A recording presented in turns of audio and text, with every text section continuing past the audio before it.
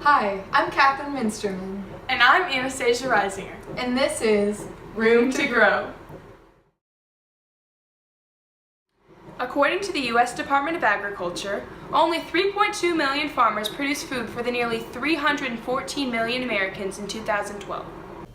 Over the past century, the vast majority of Americans have become increasingly disconnected from food and nature, and children especially bear these effects.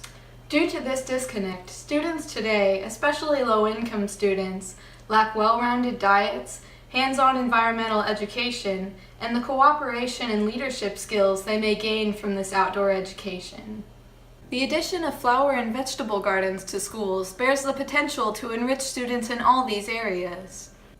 Through promoting better nutrition, catalyzing cross-curricular instruction, and fostering experiences for real-world skill building, school gardens would benefit students throughout the public school system. In 2010, First Lady Michelle Obama introduced Let's Move, an initiative to improve student nutrition through school cafeteria guidelines.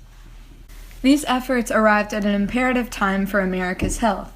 According to a publication in the Nutrition Journal, Childhood Obesity Prevalence and Prevention, 25% of American children were overweight and 11% were obese in 2006. Childhood obesity imposes lifelong consequences on individuals. Nearly 70% of obese children carry obesity into adulthood, standing at greater risk for type 2 diabetes, coronary artery disease, stroke, and cancer.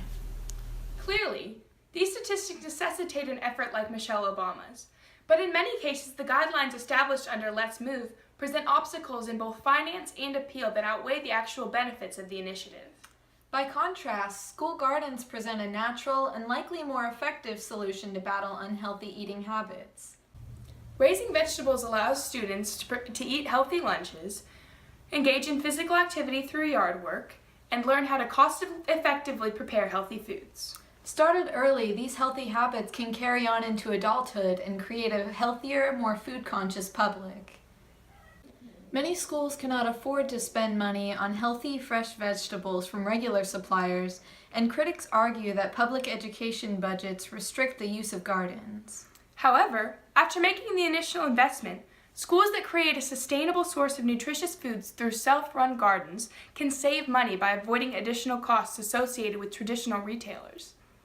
Through student-run gardens, schools could provide students with quality nutrition and instill them with important habits they will use throughout their lives. School gardens do more than promote students' nutrition. They also promote a greater understanding of subjects across the curriculum. Research at Cornell University shows that elementary school students who have participated in hands-on gardening activities, along with classroom instruction, performed better on standardized tests of reading, writing, math, science, and social studies.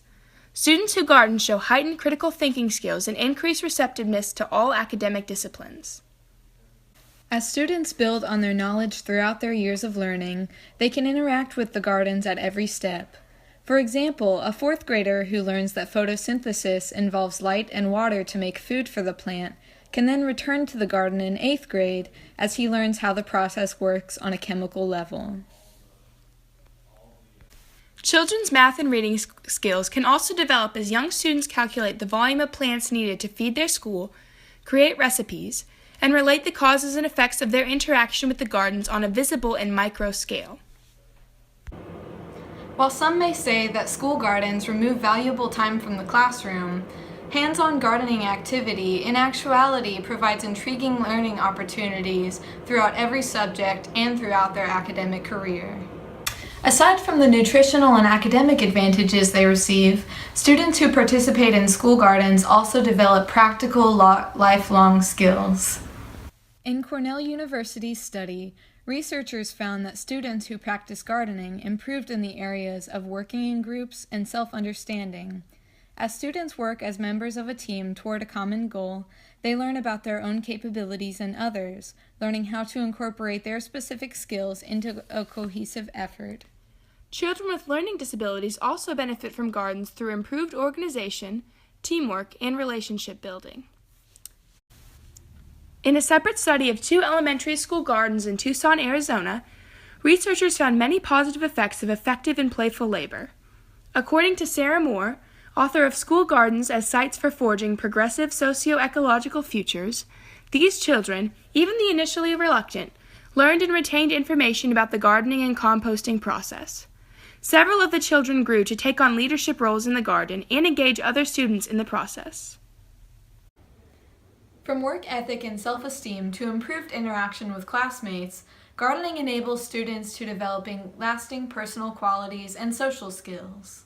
Aside from building character, School Gardens give students practical gardening skills that they may carry into adulthood, taking advantage of the economic and nutritional benefits of school gardens. Students develop these characteristics not through classroom instruction, but through hands-on experience with their teachers and peers. Presenting benefits across the board nutritionally, academically, and socially, school gardens serve as a versatile solution to many problems in today's school system. Nothing compares to the feeling of hard work and ownership that comes from growing one's own food. Studies demonstrate that the added cost and time taken from the classroom, which outwardly appear as drawbacks, in actuality do not detract from students' learning experience and in fact enhance their personal and academic growth. As botanist Liberty Hyde Bailey remarks, "A garden requires patient labor and attention. They thrive because someone expended effort on them."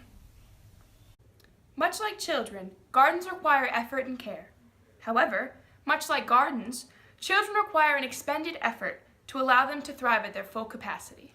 By implementing gardening as a tool to help raise children with healthier nutrition, education, and character development, we can help to sow a future blooming in potential.